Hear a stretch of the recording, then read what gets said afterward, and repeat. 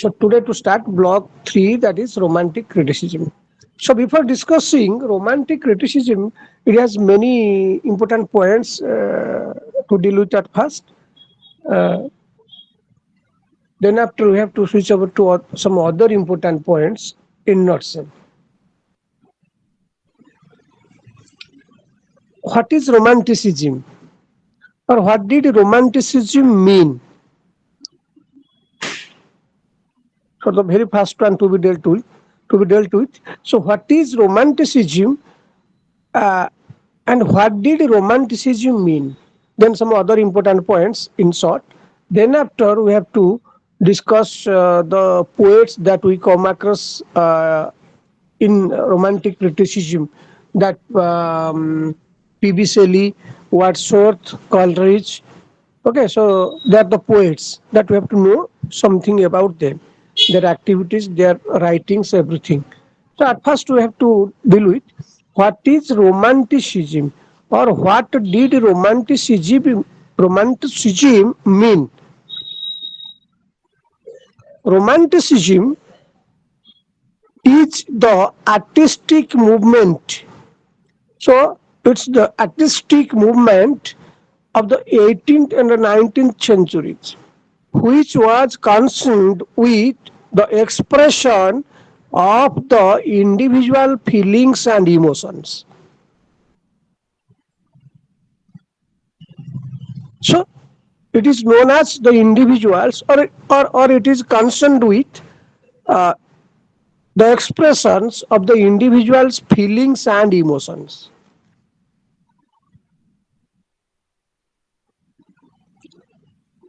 Romanticism was a literary movement that emphasized, or laid stress, or gave emphasis, that emphasized or gave emphasis on individualism and emotion. The Romantic era, the Romantic era, which time lasted from the end of the 18th century to the middle of the 19th century. So it continued, lasted from the end of the 18th century to the middle of the 19th century. But the effects are still, but the effects, but the effects are still evident throughout modern literature. I mean, the effects are still clear or extant throughout modern literature. Romantic works were a reaction to the age of enlightenment. Romantic works were a reaction to the age of enlightenment and the advancing industrial age, a time in which science and rationalization, a time in which science and rationalization began to take firmer or stronghold in the public consciousness. Means here we just come across these two features of romanticism, that is science and nationalization. Romantic literature, romantic literature challenged, romantic literature challenged this new wave of ideas. Romantic literature challenged this new wave of ideas by telling stories rooted in emotions, nature, idealism, and the subjective experiences of common men and women. It is important to note that Romanticism as a literary movement, very short. It is important to note that Romanticism as a literary movement.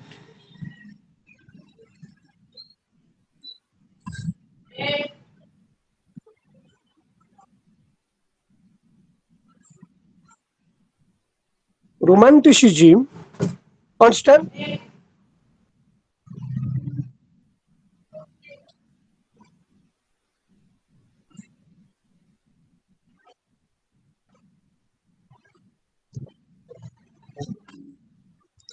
So that's it's important to note that romanticism is a romanticism as a literary movement is not the same thing as the literary genre of romance. That means time. Genre. That's pronounced as genre of romance novels. Romanticism may be an influence on today's romance novels. Romanticism. Are you listening? Hello? Hello? Yes, sir. Yes, sir. Okay. Romanticism may be an influence on today's romance novels, but romance novels do not typically possess all the elements central to romantic era literature. Also,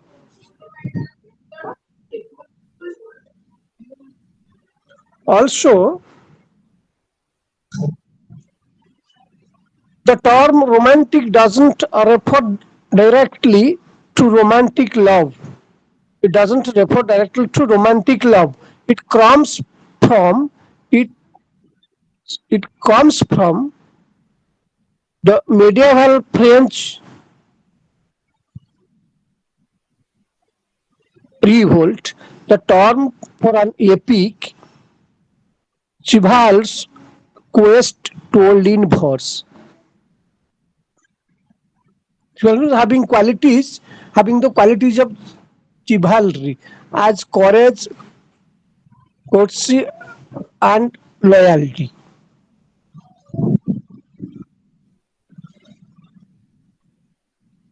So, what is the symbol of romanticism?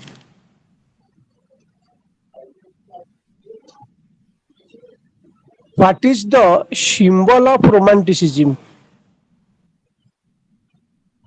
A blue flower, a blue flower was a central symbol of inspiration for romanticism movement and remains an enduring motifs. Motifs means a decorative image or a design, especially a repeated one forming a pattern. A pattern remains an enduring motifs in Western art today. It stands for desire, love, and metaphysical striving for the infinite and unreachable. Sir, it So stands for stands for it stands for desire.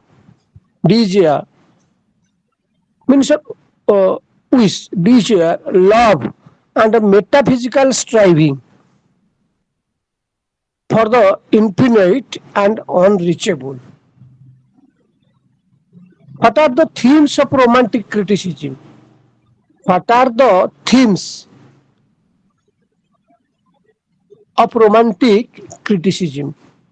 The four major themes of romantic criticism are so there are four themes of romantic criticism. We have four themes of romantic criticism. And what are these four themes? That these four themes are emotion and imagination, nature and social class. Emotion and imagination, nature and social class. These are the four themes of romantic criticism. So who is the father of romantic criticism? Father, just like Chaucer is the father of English poetry. Shakespeare is the father of English drama. So who is the father of romantic criticism? Robert Burns, ROBRT. Robert Burns is considered the pioneer of the romantic movement. Pioneer means trendsetter. Pioneer means trendsetter. Trendsetter. Sure, happens to be or considered to be the pioneer of the romantic movement or the forerunner, trendsetter or pioneer or forerunner of the romantic movement. So, who are the first romantic writer?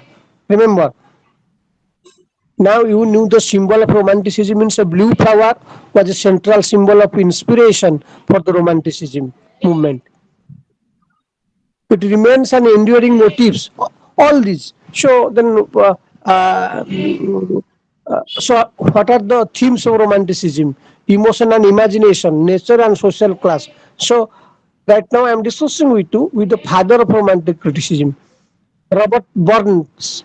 Robert Burns is considered the pioneer of romantic criticism. So now, who was the first romantic writer, or who were the first romantic writers?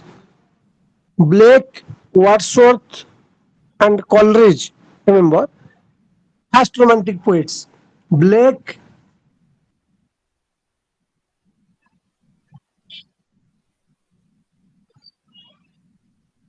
Wordsworth, and Coleridge were first generation romantics. They're the first generation of romantics. When they first came and just gave a shape to romanticism. First generation romantics writing against a backdrop of war. Backdrop means a pen that's work, working. A painted cloth hung at the back of a theater stage at part of the scenery. That is backdrop. So that is the first generation romantics writing against a backdrop of war. Wordsworth, however, so first is Blake, Wordsworth, and Coleridge. Wordsworth, Wordsworth, however, became increasingly conservative in his outlook. Indeed, second generation of romantics, such as Byron, Shelley, and Keats, so they are regarded as the second generation of romantics. So the first generation of romantics were Blake, Wordsworth means William Blake. William Blake, Wordsworth, and Coleridge. So the second generation of romantics were Byron, Shelley, and Keats. Felt that he has sold out to the establishment. So okay, so Blake, Wordsworth, and Coleridge belongs to the first generation of romantics, and Byron, Shelley, and Keats, so they belong to the second generation of romantics. Then what is romantic theory of literature or characteristics of romanticism? Romantic theory of literature or characteristics of romanticism.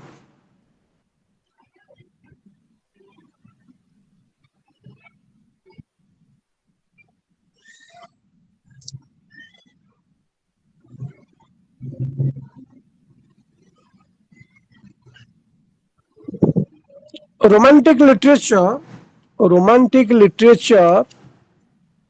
is marked by six primary characteristics.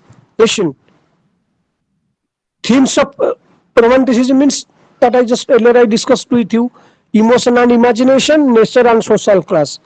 These were the themes of romantic criticism. So now just dealing with you what is a romantic theory of literature or Characteristics or features of Romanticism. Romantic literature is marked by six primary characteristics. So, what are these six primary characteristics? Celebration of nature. First one is celebration of nature. Then focus on the individual and the spirituality. Second is focus on the individual and spirituality.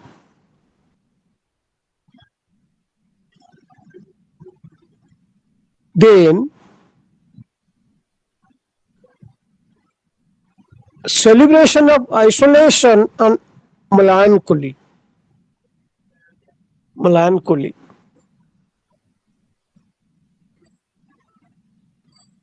Interest in the common man. Sir, hot celebration of isolation କହିଲେ? Celebration of isolation and melancholy. MELANCHOLY. Interest in the common man. Then idealization of women. Idealization of women and personification and pathetic fallacy. So these are the six that primary characteristics or features of romantic theory of Sir, literature. idealization of Idealization of women and personification and pathetic fallacy.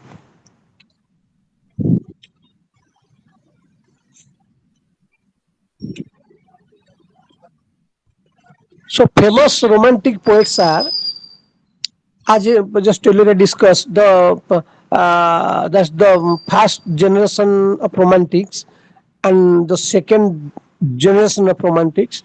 So famous romantic poets are William Wordsworth, Coleridge, S.T. Coleridge, Byron, and Shelley, means P.V. Shelley. So they are the famous romantic poets.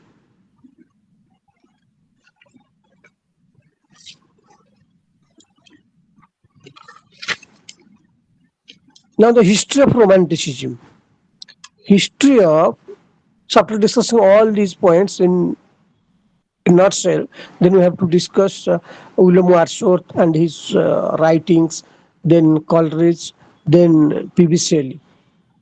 Because we are coming across these three eminent poets of romantic criticism. So now the history of romanticism.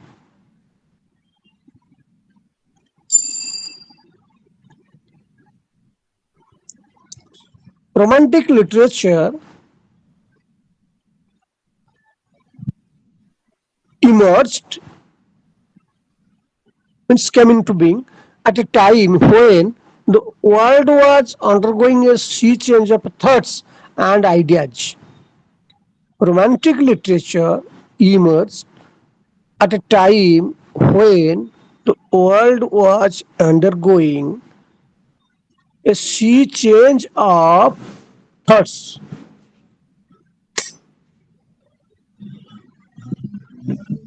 and ideas.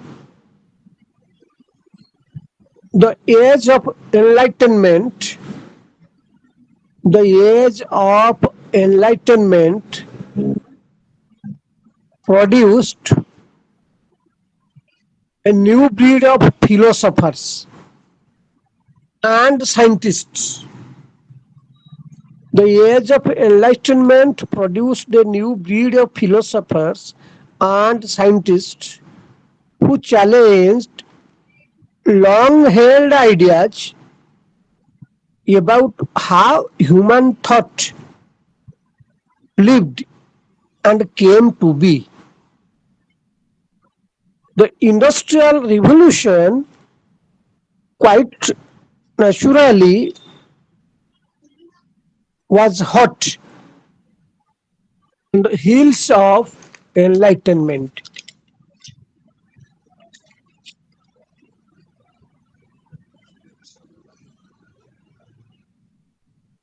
The ideas and theories formed in the latter now came to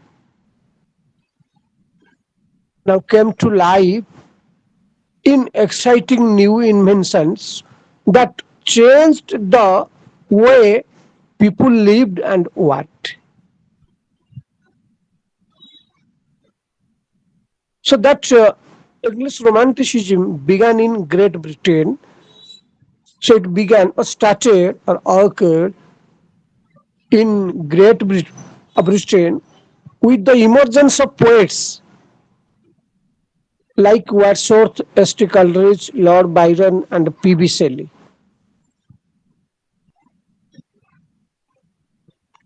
So the key characteristics or features of Romanticism are emotional intensity, imagination, and a focus in the individual as well as nature Hindu and caste, human emotions. Hindu, Again speaking English mindfully. The key characteristics mean the prime characteristics of romanticism are emotional intensity. Are you? Am I audible to you? Hello. Yes, sir. Okay. Siddharth, Priti, Chinmoyi, Yes, sir. Another Chinmoyi, Yes, sir. Another one Chinmoyi. So two Chinmoyis are here. Yes, sir. So you are the same or two figures? Two different figures are same? different sir. Different. Krishna, Yes, sir. Sasmita. Okay. So all of you are alert. Okay, right.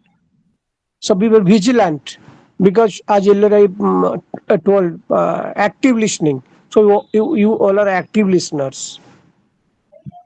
You all are active listeners. If you become passive listeners, body present, mind absent, then unproductive, not so much efficacious and effective. Well, so again, I'm just repeating the key or the prime uh, characteristics of romanticism are emotional intensity, imagination, and a focus on the individual as well as nature and human emotion. Nature and human emotion. Okay. So these are the prime features or characteristics or divisions of a romantic criticism. Now we shall discuss, as earlier I told, uh, in this present discussion or ongoing discussion, uh, romantic criticism. So we come across three important poets, Wordsworth, and we have to discuss Wordsworth, preface to lyrical ballads, Coleridge's Biographia Literaria, and Shelley's Defense of Poetry. So at first, at the very outset, we have to deal with you, or I have to deal with you, that is preface Wordsworth, preface to lyrical ballads. Preface to lyrical ballads.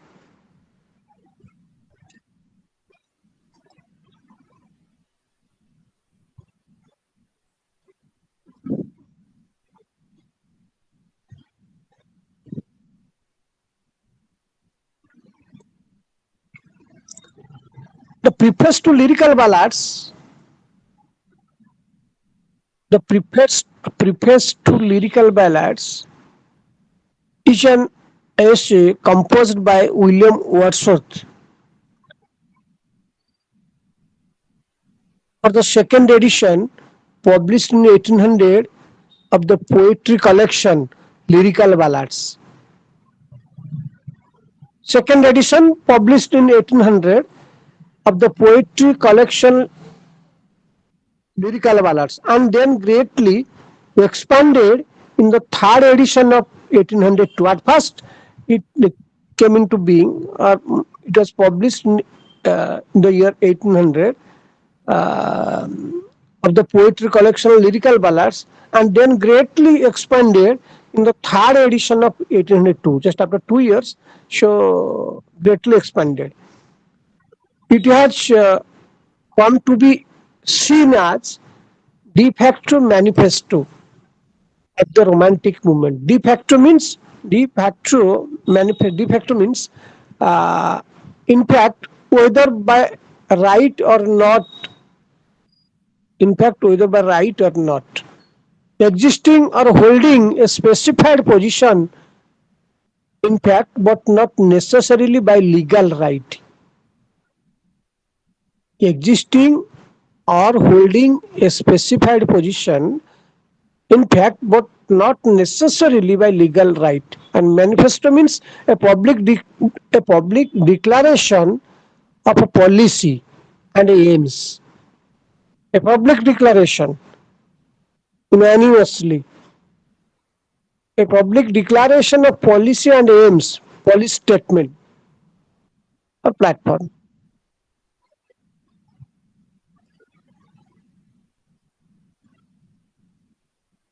Sure, that is, it has come to be seen as de facto manifesto of the romantic movement. The four guidelines of the manifesto include, as manifesto, just I discussed what the meaning of manifesto. Manifesto means a public declaration, means a policy statement. A policy statement, public declaration of policy and aims. So there are four guidelines of the manifesto, means of the policy statement. So what are these four guidelines? What were these four guidelines of the public of the manifesto, means a public declaration of a policy? One, ordinary life. First, number one, the fourth manifesto means policy statement. Ordinary life. Sir, who given policy statement? That Wordsworth. Now I am discussing Wordsworth preface to Lyrical Ballads. Okay. So in that preface to Lyrical Ballads, we come across this. Wordsworth had written the four guidelines of the manifesto. One, ordinary life is the best subject. Ordinary life is the best subject for poetry. Wordsworth used common man's language. The first one, the first manifesto means public statement or a declaration of a policy. But ordinary life is the best subject for poetry. Ordinary life. So what is ordinary life? Means here Wordsworth uses common man's language. Common man's language. That's our daily language in poetry. That is ordinary life. Then, two, that is the second policy statement. Every body language is best suited for poetry. Everyday language. Everyday language is best suited for poetry. Everyday language means our day-to-day language, but daily just we are conversing or exchanging within society and also with outside. Then policy statement 3, expressions of a feeling. Expressions of a feeling is more important than plot or action. That Wordsworth has here just coined. Expressions of feeling is more important than plot or action. Than plot or action. Understand? So feeling is important. Feeling has to be given utmost significance or prestige. So expressions of a feeling is more important than plot or action. Then police statement. Police statement. Poetry is the spontaneous overflow of emotions that takes its original form, ori- origin. Sorry. Even just speaking, repeating. Poetry is the spontaneous overflow of emotions and feelings, powerful feelings collected in tranquility. So again, just I'm just giving the tell, expressing the same using the language from the book. Poetry, the spontaneous overflow of a emotion that takes its origin takes its origin from emotion recollected in tranquility. William Wordsworth told. That is the last public police statement, means manifesto. So now you knew the four manifestos. Poetry, the spontaneous overflow of emotions that takes its origin from emotion recollected in tranquility. Tranquility means serenity or peace. Peace.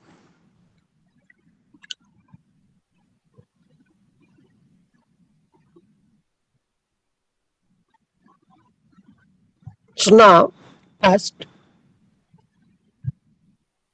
Wordsworth prefers to lyrical ballads. Wordsworth prefers to lyrical ballads, declares the dawn of English romantic movement, dawn, D-A-W-N. Dawn, its opposite is? So what is the antonym of dawn? Sir, opposite is dusk. Dusk. D-U, D-U-S-K. no, S-K. D-U-S-K, D-U-S-K, Yes. D-U-S-K. S-K. Yes, dusk. Dawn, dusk. Dawn means that's morning. Morning time and dusk is the evening time. Yes, approaching of the that morning, and evening means that's approaching of the evening. Dusk means approaching of the evening. Okay. Dawn means at the very daybreak.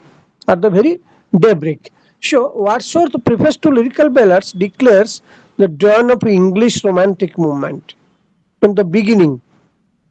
Okay. Dawn of English romantic movement. Wordsworth and Coleridge, Wordsworth and because as earlier I told so in this unit that is block 3, so we have to just know these three important and reputed famous poets: Wordsworth, Coleridge, and Shelley. So Wordsworth and Coleridge with the publication of the lyrical ballads, both both took interest to just write in that. So Wordsworth and Coleridge with the publication of the lyrical ballads break away with the neoclassical tendencies. Break away with the neoclassical tendencies in poetry. As the reading, people are not familiar with this new type of poetry. As the reading,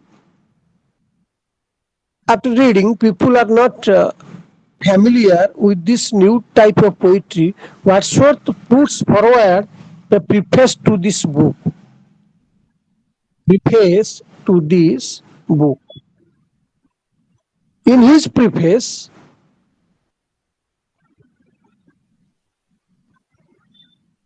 he tells us about the form and contents of this new type of poetry. Means in preface to lyrical ballads, which was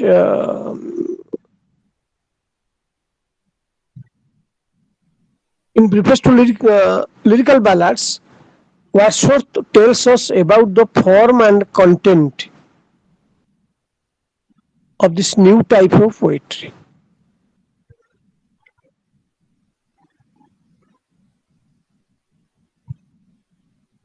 Wordsworth in the beginning, Wordsworth in the beginning states the necessity of bringing about a revolution.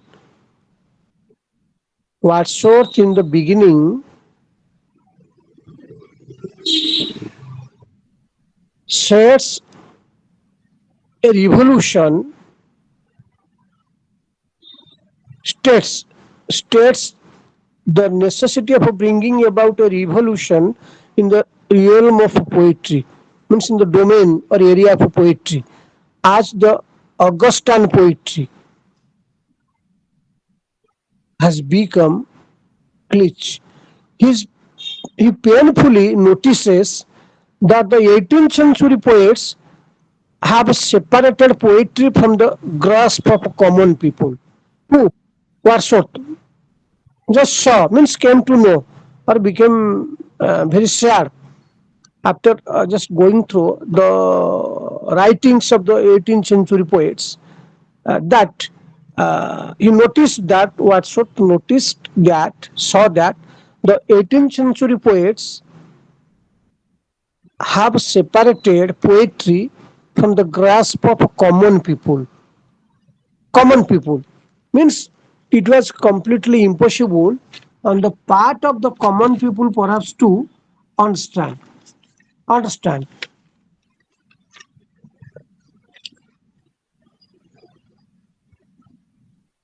He resolves to liberate this poetry from the shackles of the so-called classical doctrines. He resolves to liberate this poetry, means just to give a new shape in the field of in the realm of poetry. He resolves to liberate this poetry from the shackles of so-called classical doctrines. He, in collaboration with his friend Coleridge, who Wordsworth, as earlier I told, both Wordsworth and Coleridge both extended their hands, became friends, and started writing this lyrical ballad. So, in preface to lyrical ballads, okay, now just I'm dealing with everything. What Wordsworth has written or commented. So, uh, Wordsworth, in collaboration with his friend Coleridge, begins to write poems for the people of all classes. As earlier I told, the 18th century poets, or the version of the doctrine of the 18th century poets, was very difficult. It was not possible on the ordinary people to understand or to grasp or to digest. But Wordsworth became very sad on that, expressed his sorrow over their writing, and again decided to give a new shape to poetry. So then, what did he write?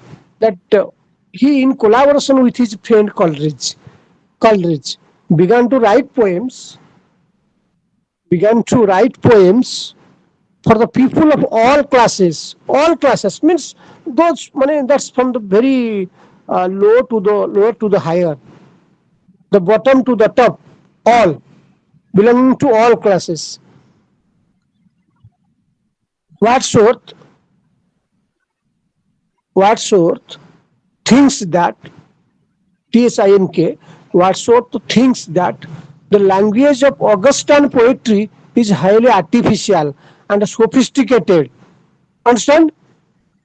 Wordsworth thinks means after this, going through the lines of the stanzas, what did he know? He knew that the language of Augustan poetry, written by the 18th century poets, the language of Augustan poetry is highly artificial and sophisticated. Means perhaps some difficult bombastic words are there, phrases are there, metaphorically, okay, very difficult.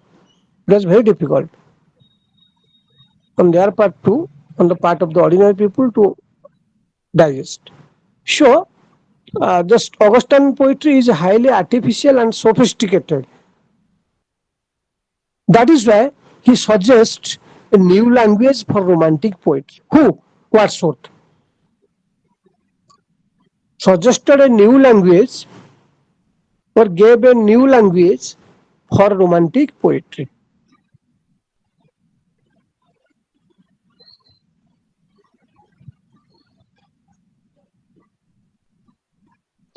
To make poetry lifelike, understand? Lifelike means alive. All will be glad and all will be enlightened. Enlightened. All will be pleased just going through the lines of the stanzas because it was so easy, so heart touching and appealing. Sure, taking all these things into consideration, Wordsworth resolves to give a new shape in the realm of poetry. To make poetry lifelike, he wants to use the language of common people. Language of common people. As earlier I told, the four manifestos were means police statement 1, 2, 3, 4, 5, 1, 2, 3, 4. Just prior to that, I discussed with you. So, the first manifesto is Wordsworth decided to use the language of the common men, so that all will be able to understand, able to just learn it. To make poetry lifelike, he wants to use the language of common people, as the common people express their feelings unfeignedly, on not feigned, unfeignedly. Just spelling I'm uttering. Uh, Unapigndly. That is the pronunciation. Or the okay. Unapigndly, unfeigned. That is the American pronunciation. Unfeigned. So unfeignedly. Unfeignedly means not feigned or hypocritical. Means genuine, sincere. Unfriendly means genuine or sincere. Genuine or sincere, not hypocritical.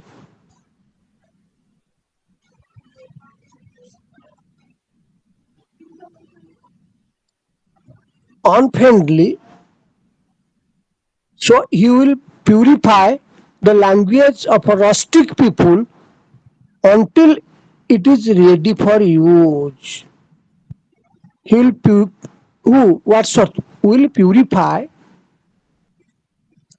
the language of rustic people means common people, ordinary people or village people. Rustic means village people.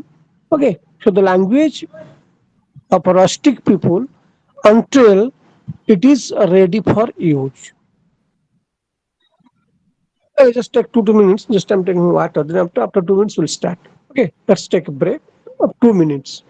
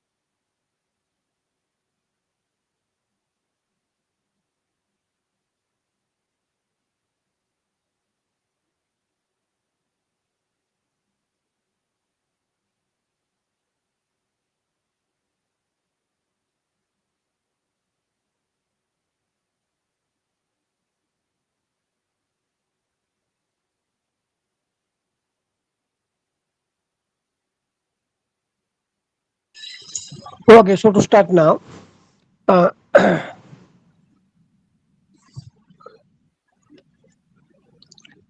so what means so here Wordsworth made up his mind. Wordsworth in collaboration with Coleridge um, decided or made up their mind to write a poetry in such a manner so that the ordinary people will understand, will be clear. That was their mission and vision. That was their mission and vision. Wordsworth sees his lyrical ballads, means preface to lyrical ballads, as innovative and connected to a high level of truth and significance. Wordsworth sees his lyrical ballads as innovative and connected to a high level of truth and significance, if not a high level of life and society. A high level of truth and significance, if not a high level of life and society.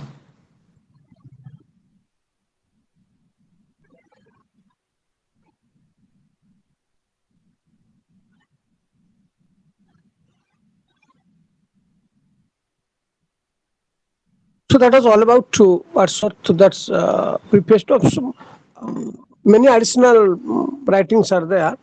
As 1 hour left, so within this short span again, so we must be in touch with some other important that Coleridge and P.B. Shelley also. So should we give emphasis or less stress on that particular? That is Wordsworth preface to lyrical ballads. So rest, let's start the rest. That is Coleridge's Biographia Literaria. Because it's your task to again know a lot about this. Wordsworth preface to lyrical ballads. So now Coleridge's Biographia Literaria.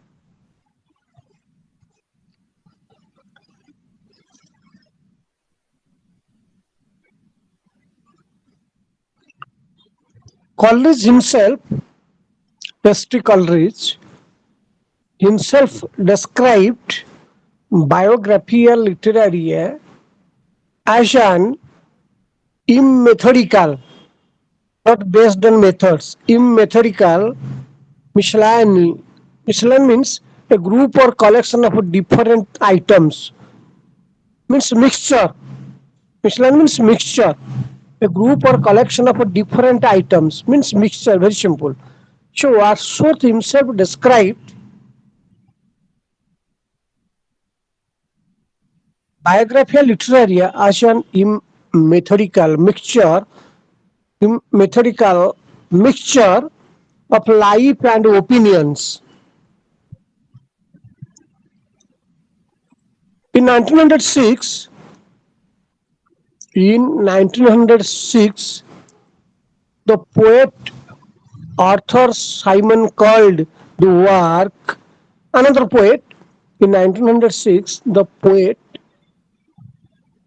Arthur Simon called the work, means Wordsworth Biographia Literaria, called the work the greatest book of criticism in English, the greatest book of criticism in English, and one of the most annoying books in any language.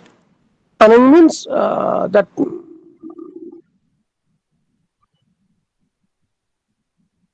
that's just to make you monotonous or boring, feel disgusted, a peevish one, or vexes you. It vexes you. VEXES. So one of the most annoying books irritating books in any language. Biographia Literaria were the most important works of literary criticism of the English Romantic period, combining philosophy and literary criticism in a new way, and it was lastingly influential. It was lastingly influential.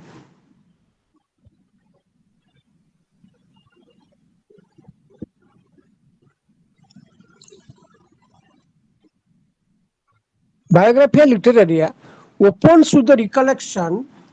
Biographia Literaria opens with the recollection of Coleridge's education at Christ Hospital Grammar School on the influence of contemporary writers on developing minds.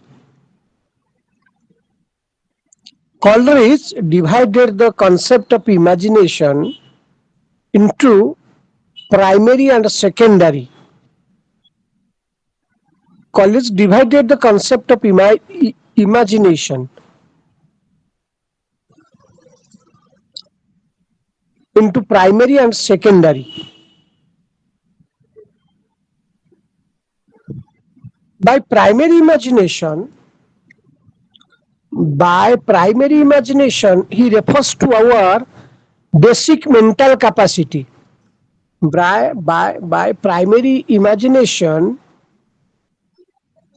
Coleridge refers to our basic mental capacity to see and organize stimuli, from the world around us.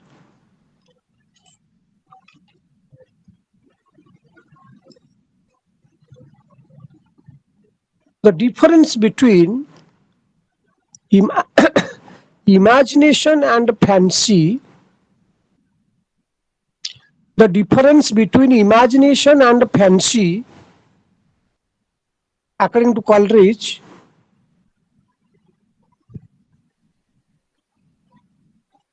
is one of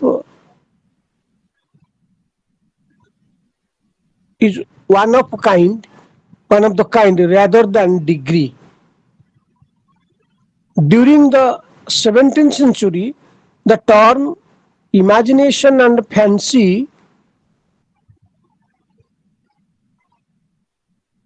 had almost been used in a synonymous sense.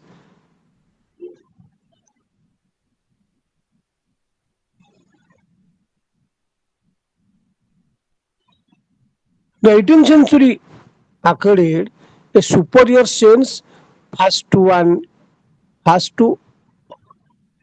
term and then to the other.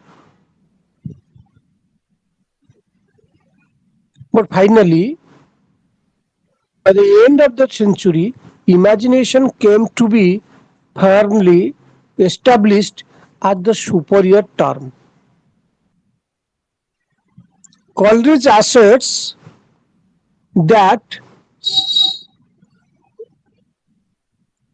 In last century, imagination and fancy are which imagination came to be strongly established as the superior form than fancy. Coleridge asserts that Milton had a highly imaginative, Cowley, another poet, a very fanciful mind. In Biographia Literaria, Coleridge comments that in Biographia Literaria, Coleridge comments that the difference between fancy and imagination, the difference between fancy and imagination is the same as the difference between a mechanical mixture and a chemical mixture. So according to uh, Coleridge, the difference means in Biographia Literaria, Coleridge comments that the difference between fancy and imagination is the same as the difference between a mechanical mixture and a chemical mixture. Biographical literature contains the first instance of the phrase, the suspension of disbelief.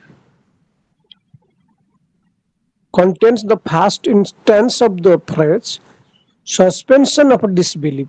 Suspension of disbelief.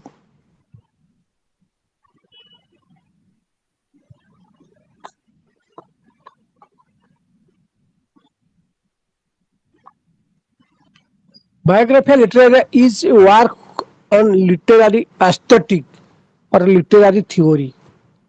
So it's a work on literary aesthetics or literary theory.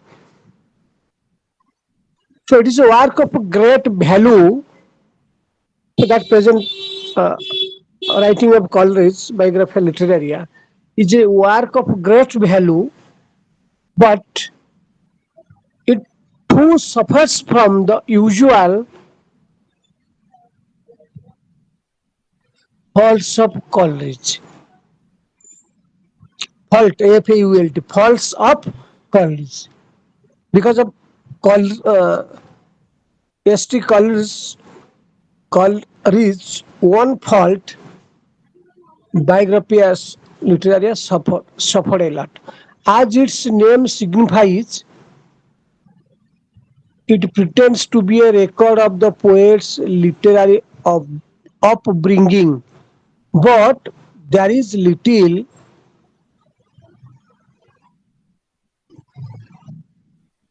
consecutive narrative. There is too much of the philosophizing and too many side issues and digressions.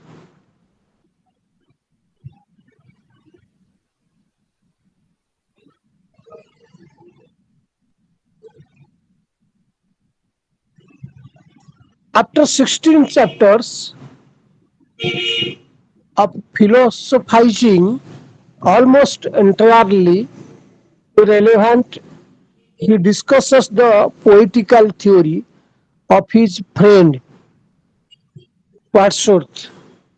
And then in the last 7 chapters of the book,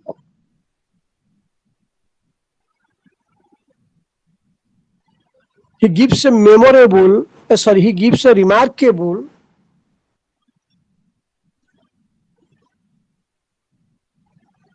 demonstration of his critical powers. He analyzes the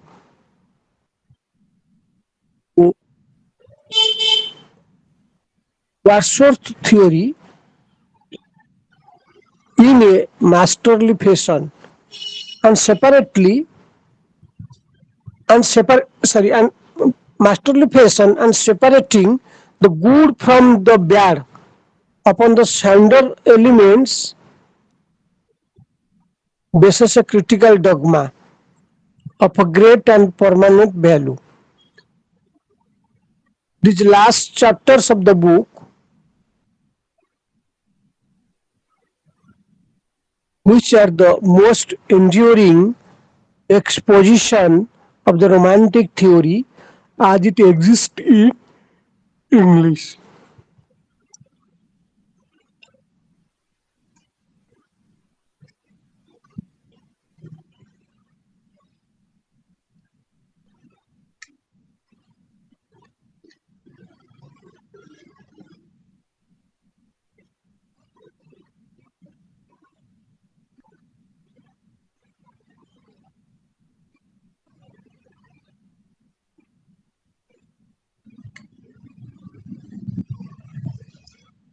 So that's all about to Collins biography.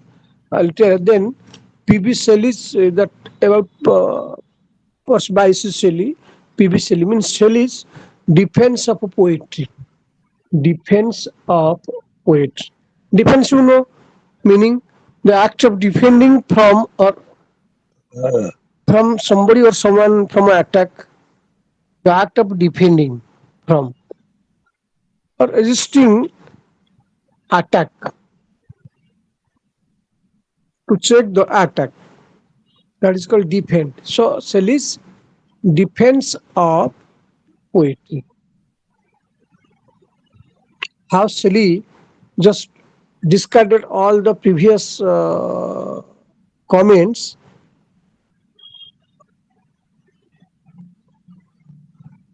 of all these poets,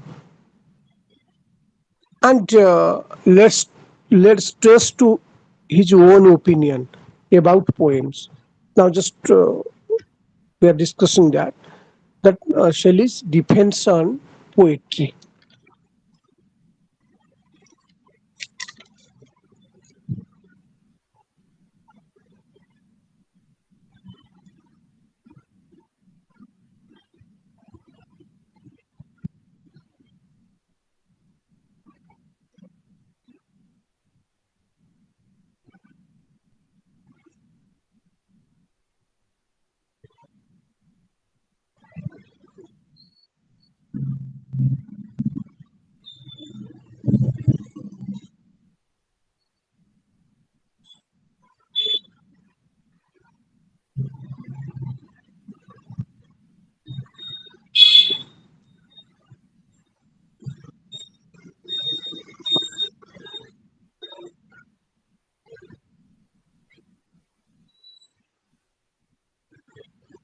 So,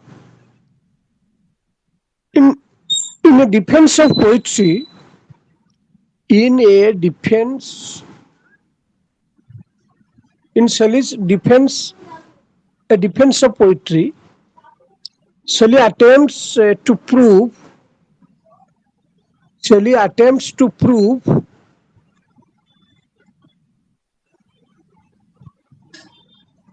that poets are philosophers. In a defense of poetry, Shelley attempts to prove that poets are philosophers,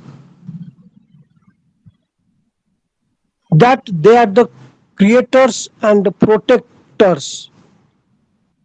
They are the creators and protectors of moral and civil laws.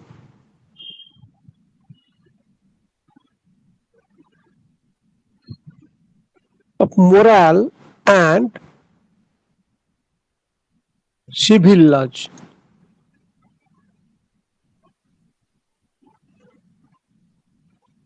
And that is, it were not the poets, scientists could not have developed either their theories or their inventions. Poets introduce and maintain morality.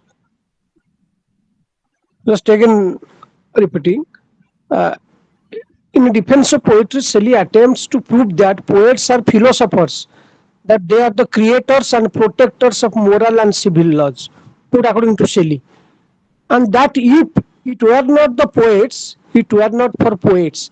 If poets cannot do that, if poets do not become the creators and protectors of the moral and civil laws, then scientists could not have developed either their theories or their inventions. So you see, so what are the works of scientists and um, works of the scientist? The works of the scientist uh, is to think about their theories and their inventions. So also, the work of the poets is to create and protect moral and civil laws.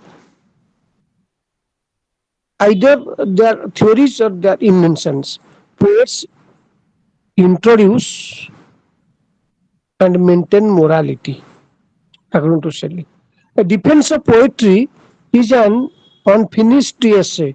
So it's an unfinished essay by P.B. Shelley. written in February and March of 1821, that the poet put aside and never completed, means neglected. At first, the poet started writing it in 1821 and then put aside, means neglected the writing uh, and never completed.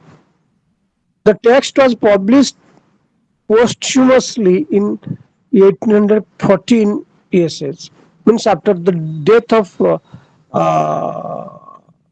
Shelley, the writing came to the limelight, or that book was published, or that essay was published. The text was published posthumously in 1840 in ESH. Its final sentence expresses its final sentence expresses Shelley's famous proposition that poets are the unacknowledged legislators of the world. On Poets are the unacknowledged legislators, according to Shelley, means the final sentence. The final sentence expresses Shelley's famous proposition statement that poets are the unacknowledged legislators of the world. Unacknowledged means existing or having taken place but not accepted, recognized or admitted to. Means of a person or their work. Means about a person or about the work of that person. Deserving, deserving, but Sir, not repeat this line, please. Poets are unacknowledged legislature. uh, unacknowledged legislators of the world. Legislators who know, one who makes laws. Legislators means one who makes laws, creates laws. They are called legislators. So, the person who makes laws, okay. So, unacknowledged means that of a person or their work deserving but not receiving praise or recognition. Okay, suppose you are deserving that praise or post, you deserve that post, but you never just want it, take it, or receive it. So, unacknowledged means of a person or their work deserving but not receiving praise or recognition.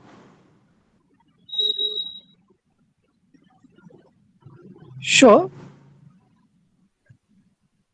Shelley wrote, Shelley wrote a defense of poetry in response to the four ages of poetry, an essay by his friend Thomas Love Peacock. Shelley wrote this a defense of poetry by his friend Thomas Love Peacock. In four ages of poetry, Peacock satirically, in four ages of poetry,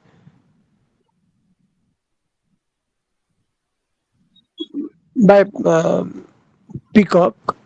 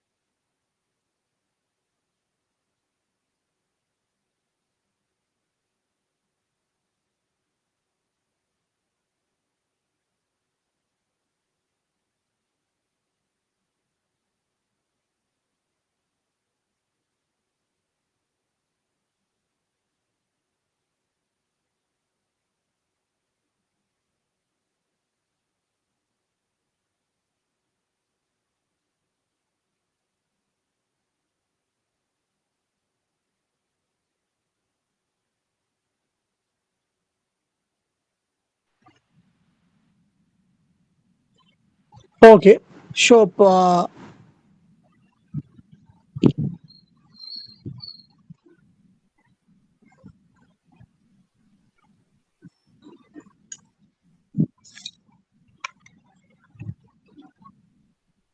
so in the four areas of poetry, Peacock satirically argues. Peacock, is another poet, in collaboration with Shelley. So in four areas of poetry, Peacock satirically argues that poetry is no longer needed. Poetry is no longer needed amid means surrounded by, amid the great technological and scientific advancements of the industrial age. He adds that poetry was once useful for awakening the intellect of society. Means it just takes attempt to make the people aware of their society. But how humanity has advanced beyond it, but now humanity has advanced beyond it. Peacock also said the poets of his era time were derivative which showed the downfall of poetry.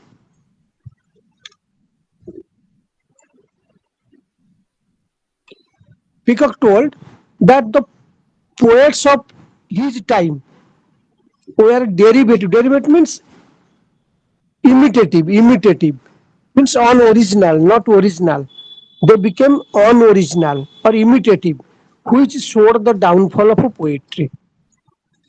People did not take interest to read poetry or didn't understand their that uh, meaning, inner and outer meaning. Okay, they became unoriginal or imitative. That is why which showed the downfall of poetry. Responding to Peacock's critique means Peacock's critique. Critique means analysis or evaluation. Responding to Peacock's critique means analysis or evaluation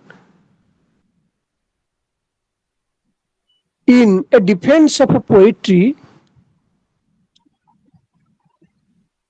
means Peacock told that in four ages of poetry. Peacock told that in four ages of poetry. But Shelley is speaking something different in his defense of poetry. So what Shelley is speaking? Responding to Peacock's critique means or uh, analysis or evaluation about poetry. In defense of poetry, Shelley argues that poetry is imperative to society. Poetry is imperative to society. He does this by first. He does this by first differentiating. He does this by so. He does this by first differentiating between reason and imagination. Reason and imagination, and then claims that reason serves reason serves imagination. Reason is to imagination as the instrument to agent, as the body to the spirit, as the shadow to the substance. Who? Shelley told. Reason uh, is to imagination as the instrument is to the agent, as the body is to the spirit, as the shadow is to the substance. Having established that region, having established that is sec- region is second to imagination. Shelley defines poetry as the expression of imagination.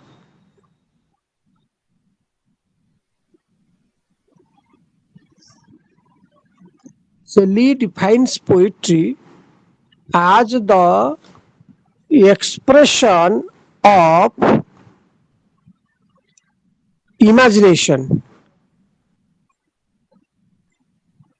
He claims that all works of imagination, he claims that he claims that all works of imagination are poetry. Poets are critical to society. Poets are critical to society because their works encap- encapsulate because their works encapsulate universal truth and forecasts a vision of future for generations to come. Who Shelley speaks? Because here Shelley just speaks against the Peacock's comments. He speaks against Peacock. Shelley is now speaking against, never goes in favor of Peacock, rather vice versa. Poets are critical to society because their works encapsulate universal truth and forecast a vision of future for generations to come. Finally,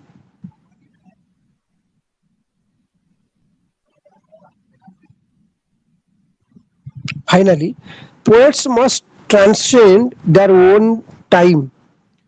Poets must transcend their own time and place and work to be the legislators of mankind. According to Shelley, Shelley is speaking. Finally, poets must transcend their own time. Means poets have to go to the top. They have to reach the summit. They can do everything. They can change the mind of everyone using sweet melodious writing sweet melodious poems. Poets must transcend their own and place and work time and place and work to be the legislators of mankind.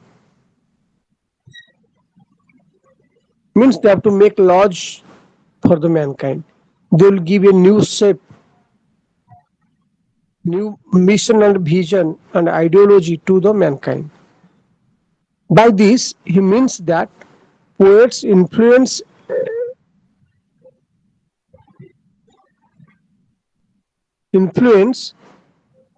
and influence extends beyond the realm of art and emotion.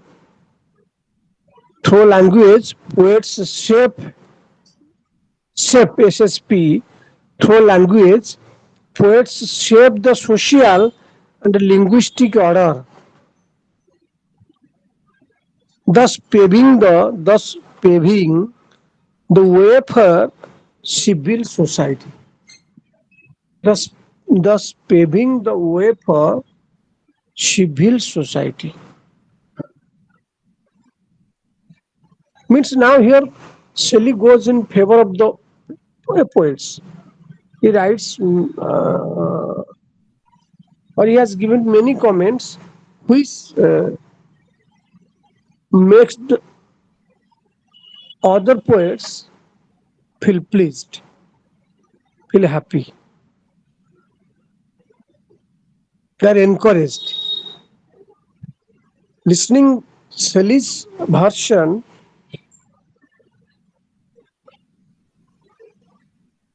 so other poets are encouraged.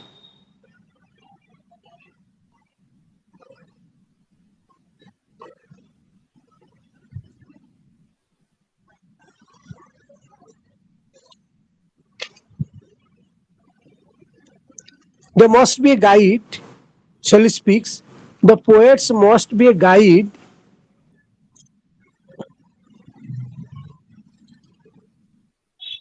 for the future because this is the true importance of poetry. According to Shelley, the poets must be guide for the future because this is the true importance of a poetry.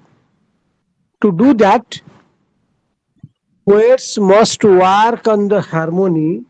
To do that, poets must work on the harmony of language and the beauty of their poetry.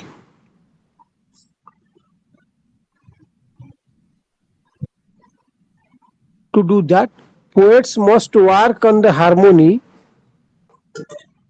of language and the beauty of their poetry so that future generations will appreciate their work.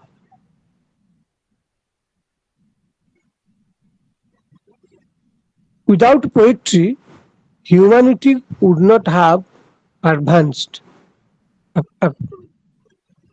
according to Shelley. Shelley speaks, without poetry, humanity would not have advanced. Without poetry,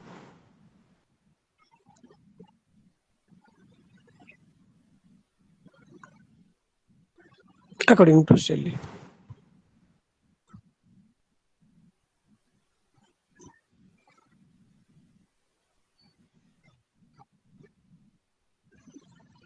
In a defense of poetry, in a defense of poetry, Shelley argued that the invention of language reveals a human impulse.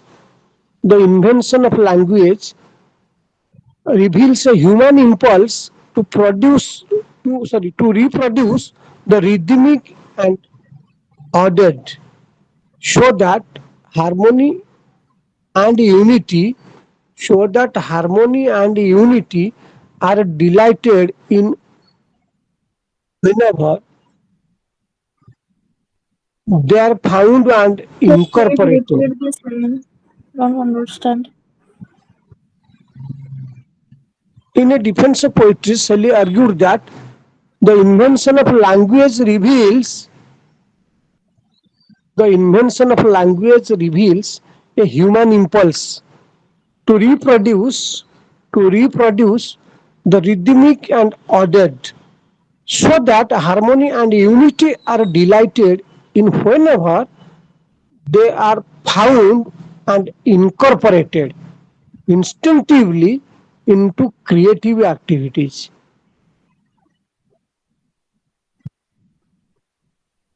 According to P.B. Shelley, poetry is the record of the best and happiest moments of the happiest and best minds. Again speaking, according to Shelley, poetry is the record of the best and happiest moments of the happiest and best minds. Because one cannot write poetry in a noisy place. So he has to stay hostel and bustle of city life, or lonely place. Then after you have to derive pleasure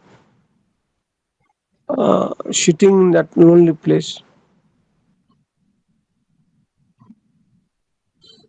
And also you may get everything.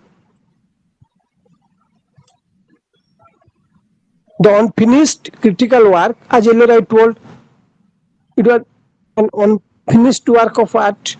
The unfinished critical work, the defense of poetry by P.V. Shelley is minutely skillful.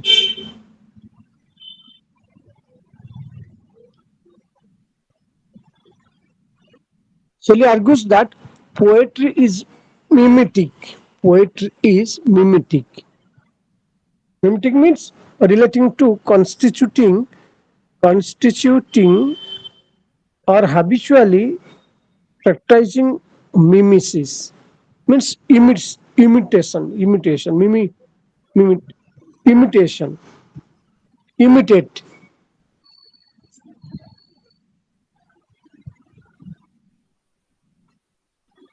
Shelley argues that poetry is mimetic, that it reflects the real world.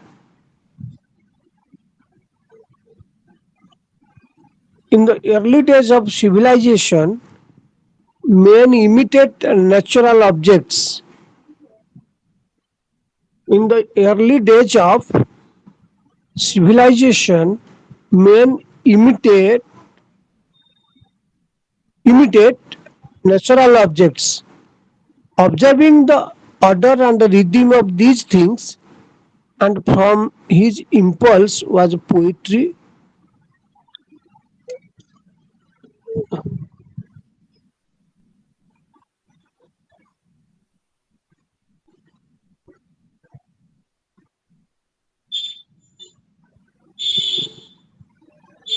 Reason and imagination are both important faculties in the poet. Reason, he tells us, is logical thought, whereas imagination is perceiving things and noticing the similarities between things. It is the reason, but also it is through reason, but also through imagination that we can identify beauty in the world. When Shelley speaks, it is through reason, but also through imagination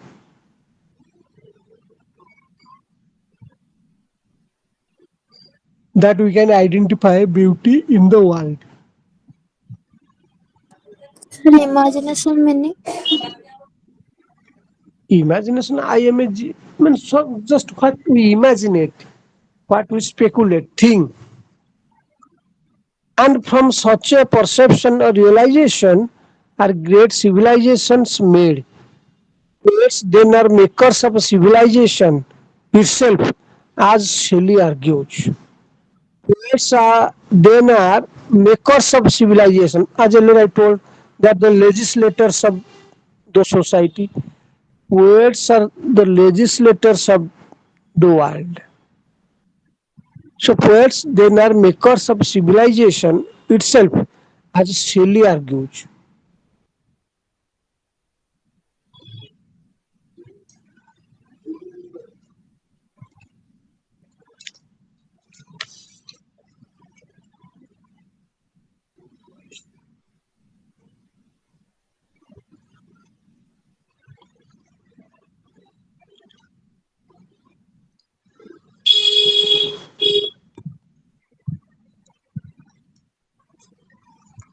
So in a conclusion, we might say that Shelley's poetry is passionate throughout. Shelley's poetry is passionate throughout.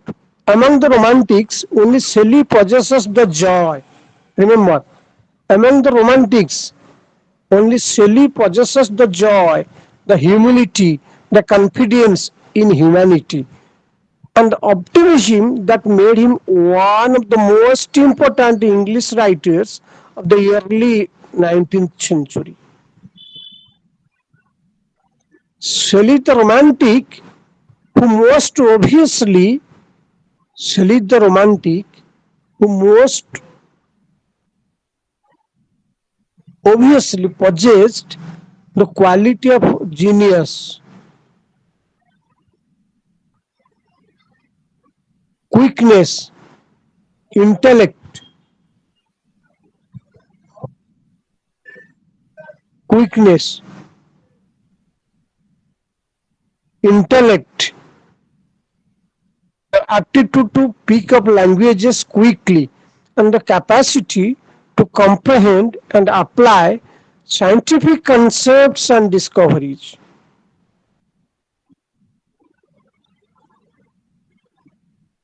His ultimately passing earned him the iconic statue of the shared romantic artist like Byron and Keats.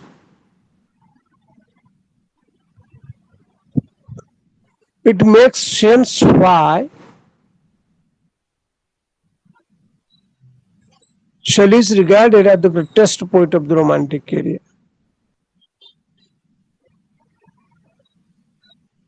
His speech has a his speech has a deep sensuous quality.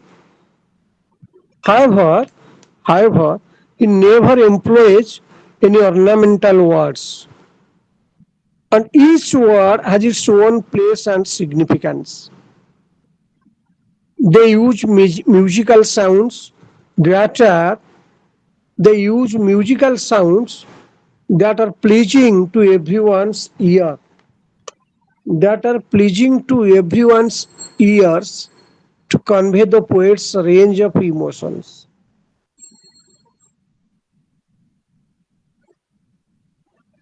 One of the best examples of terza rima in an English language poetry is found in his Ode to the West Wind, which also happens to be one of his works.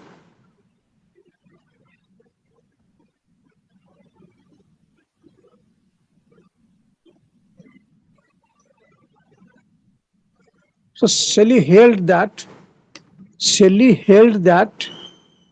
love and beauty had an abstract element. She saw love as limitless and beauty as intellectual.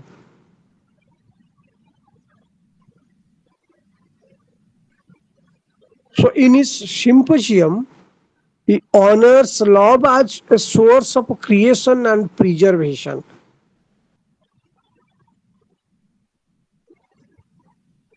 He also honors beauty as a supreme spirit.